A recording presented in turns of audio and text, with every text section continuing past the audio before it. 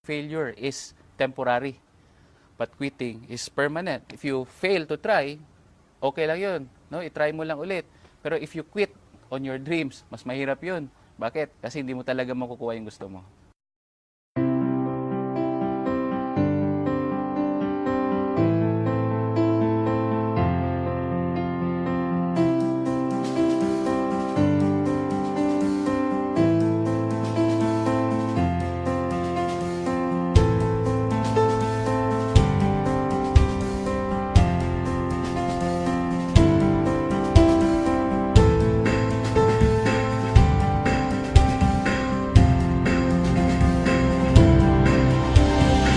Dati ako nagtatrabaho sa isang farming industry.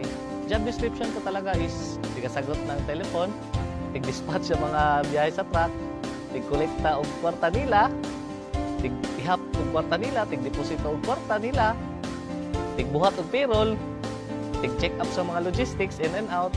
Profits are better than wages. Wages will make you a living, but profits can make you a fortune. It is a bit difficult to get rich on wages, but anybody can get rich on profit.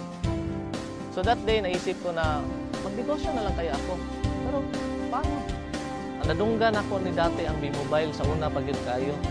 Tuwing nasa jeep ako, B-Mobile pag pinag-uusapan. Naglalakad ako, B-Mobile na naman. Tuwing nasa ibang office, B-Mobile. I used to be a regular employee for a US-based company. Bale, computer programmer nila ako. So, although maganda naman yung trabaho, maganda yung pay, pero nasa-sacrifice yung social life ko. So, wala na akong time for my family. And at the same time, so malaki rin yung sacrifice ko sa health ko. A friend told me, sabi niya sa akin, Juan, meron akong magandang business na nakita.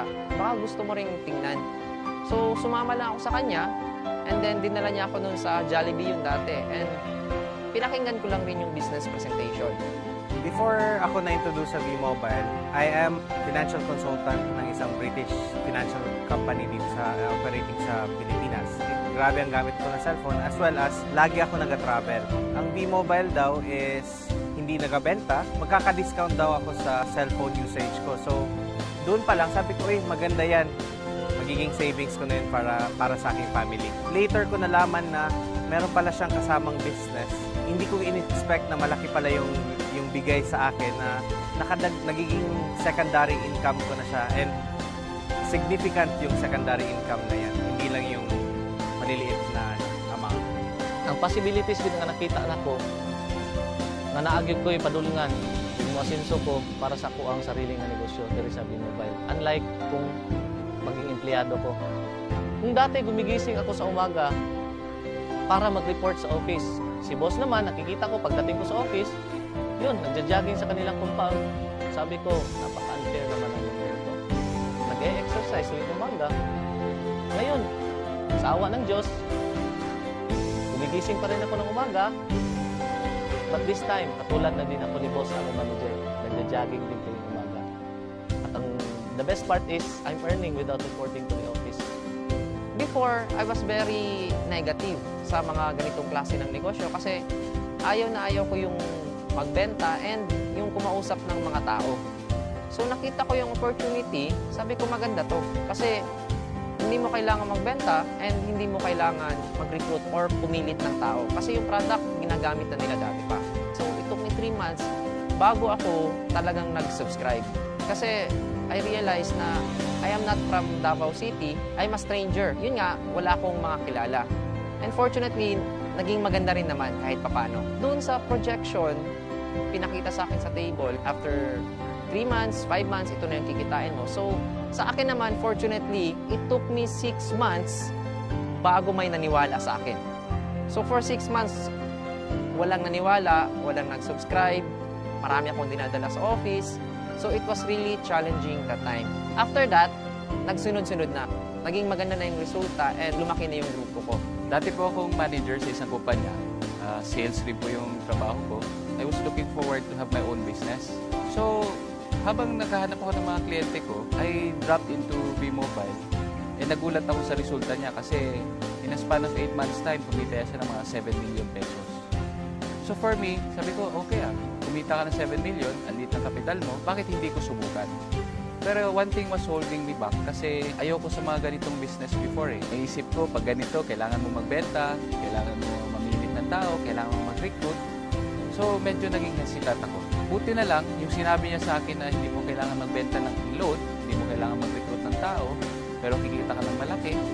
The very reason why I kept on going despite the challenges is because unang-una, when I saw V-Mobile, I saw na malaki yung potential niya, na kumita ka, yes. And pangalawa, naisip ko, marami akong pwedeng matulungan sa negosyo na to. So unang-una, pwede kong tulungan yung sarili ko, pwede kong tulungan yung family ko, pwede kong tulungan yung mga friends ko na medyo less fortunate.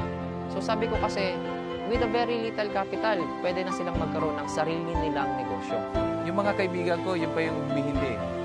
Yung mga kamag-anak ko, tinatawanan pa nila yung ginagawa ko kasi parang isip nila, parang baduy, no? Pero sabi ko, kahit anong tawa nila sa akin, kahit hindi sila naniniwala sa akin, okay naman. Kasi alam ko yung rason ko bakit ko gusto mag-V-Mobile.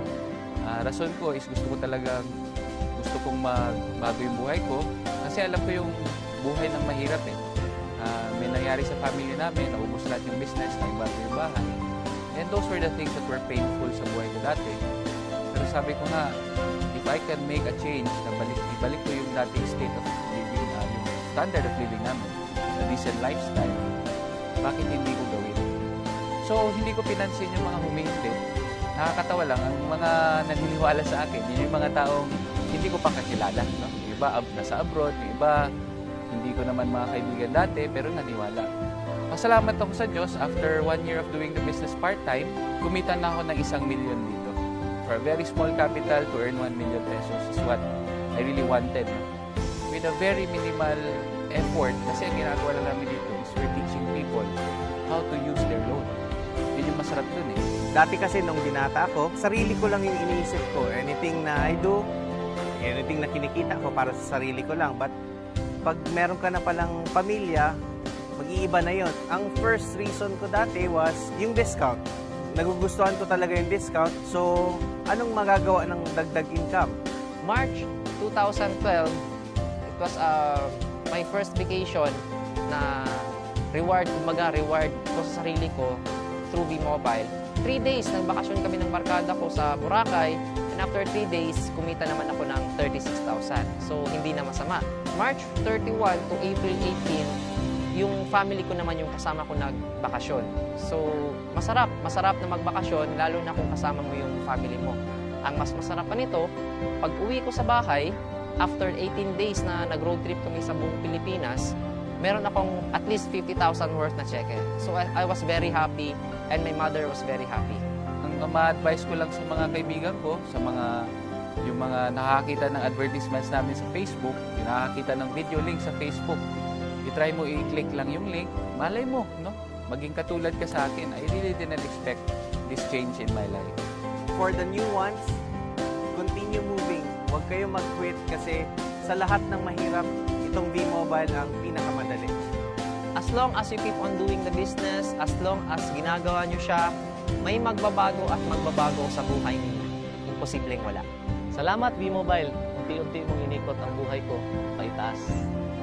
Thank you po. Maraming salamat sa V-Mobile. No? Maraming salamat din po sa lahat ng mga taong naniwala sa akin. And maraming po salamat din po sa mga taong nag-guide sa akin dito sa business na ito. Kasi sabi nga, it is in helping each other. No? Together, everyone achieves more. As a team, tulong-tulungan po tayo para kunin natin yung pangarap natin. Maraming po salamat.